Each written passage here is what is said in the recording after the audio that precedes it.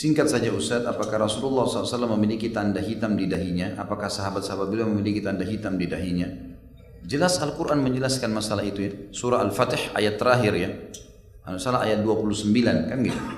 Allah Azza wa Jalla mengatakan a'udzubillahi minasyaitonir rajim Muhammadur Rasulullah.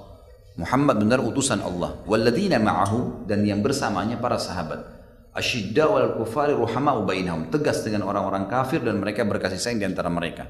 Lalu Allah sebutkan cirinya, tarahum ruk'an sujjadan yabtaguna fadlan minallahi wa ridwana. Kau akan melihat mereka cirinya selalu ruku dan sujud ya untuk mencari karunia dari Tuhan mereka. Lalu Allah bilang apa? Simahum fi wujuhihim min atharis sujud.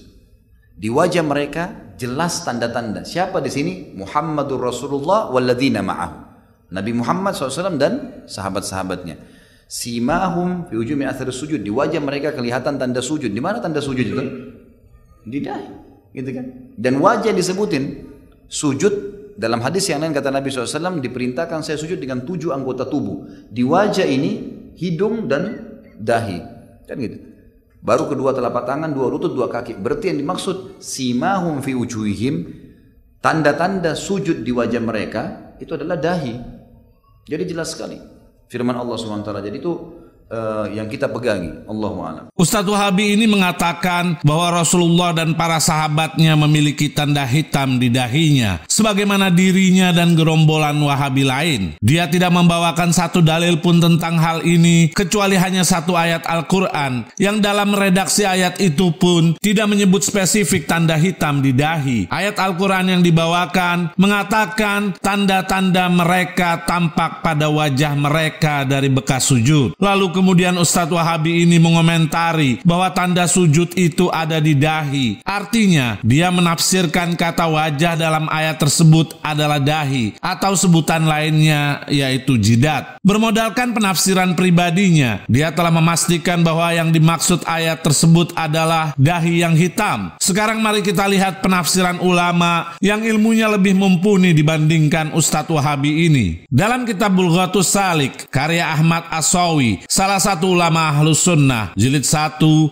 yang diterbitkan oleh Darul Kutub Al-Ilmiyah, cetakan pertama tahun 1995, halaman 209. As-Sawi berkata, bukanlah makna tahammul, yaitu menekan dahi di atas bumi sampai terdapat bekas, sebagaimana yang dilakukan oleh orang-orang bodoh. Kami tegaskan, sebagaimana yang dilakukan oleh orang-orang bodoh. Firman Allah, pada wajah mereka tampak tanda-tanda bekas sujud, yaitu kehusyuan dan ketundukan.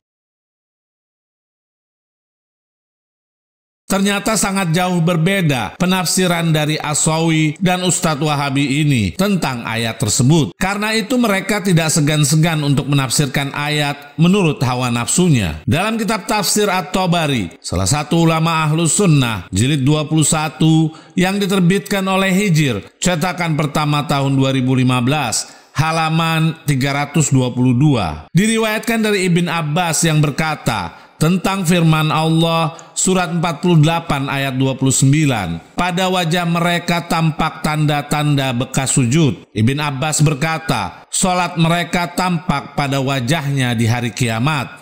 Pada halaman 323 diriwayatkan dari Mujahid tentang tafsir ayat yang sama, bahwa yang dimaksudkan adalah kehusyuan dan rendah hati.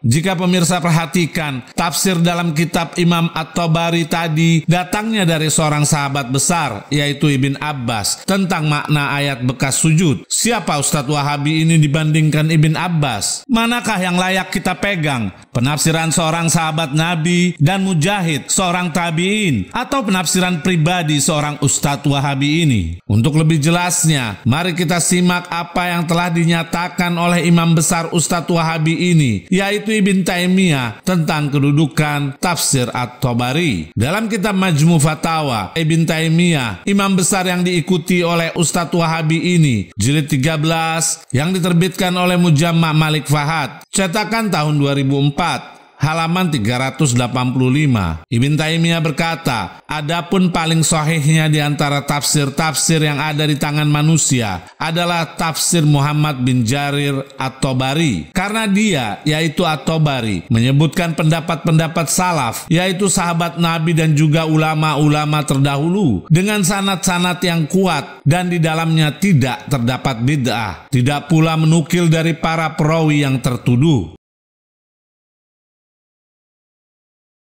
Ternyata Ibn Taimiyah pun mengakui akan keunggulan tafsir At-Tabari. Lantas mengapa Ustadz ini tidak merujuk kepada tafsir yang disahihkan kandungannya oleh Ibn Taimiyah? Sebagai penutup, kami akan berikan hadiah kepada Ustadz Wahabi ini, pernyataan yang datang dari ulama yang dia kagumi. Dalam kitab Majmu' Fatawa wa Rasail, karya Ibn Utsaimin, salah satu ulama Wahabi, jilid 13 yang diterbitkan oleh Darus Suraya, halaman 188.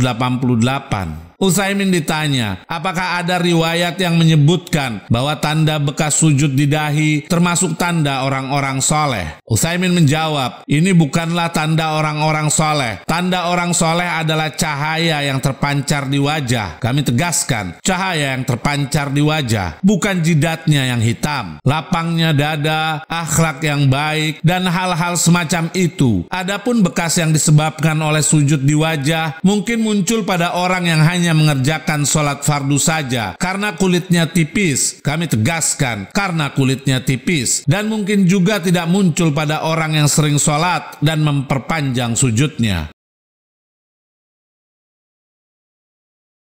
Benar apa yang dikatakan oleh Imam Ali bin Abi Thalib, berhati-hatilah di dalam dua hal. Telah binasa di dalamnya siapa yang telah binasa. Berhati-hatilah berfatwa kepada manusia dengan pendapatmu atau beragama dengan apa yang engkau tidak ketahui. Kami ingatkan kepada para Ustadz Wahabi tentang ayat berikut ini. Surat 17 ayat 36. Janganlah engkau mengikuti sesuatu yang tidak kau ketahui. Sesungguhnya pendengaran, penglihatan, dan hati nurani, semua itu akan diminta pertanggungjawabannya.